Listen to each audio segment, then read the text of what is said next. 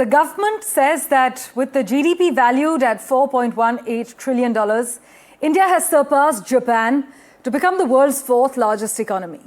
In fact, it says that the country is poised to displace Germany from the third rank with a projected GDP of $7.3 trillion by the year 2030. The government says India's real GDP grew 8.2% in the second quarter of 2025-26, adding that strong private consumption and resilient domestic demand are driving this momentum. International agencies, including the IMF, the World Bank, OECD, have projected growth between 6.2% and 7.4% over the next 2 years. My colleague Akhilesh has been tracking the government's response. Akhilesh, how is this milestone of surpassing Japan being perceived domestically? The government has said that we are likely to also displace Germany from the third rank now?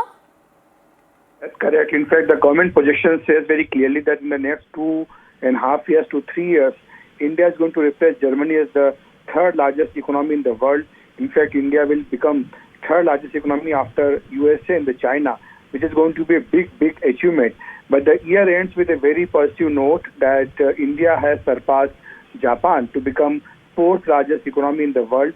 In fact, the GDP figures are very encouraging. That's what the government data says, that in the second quarter, the GDP has come to 8.2%, with the growth is 8.2%, which is very encouraging.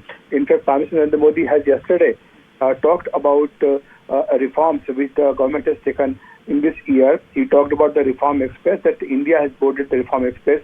In fact, yesterday he had a meeting with the top economists also for the upcoming budget, and suggestions were invited from the economists also about the government's economic reform agenda.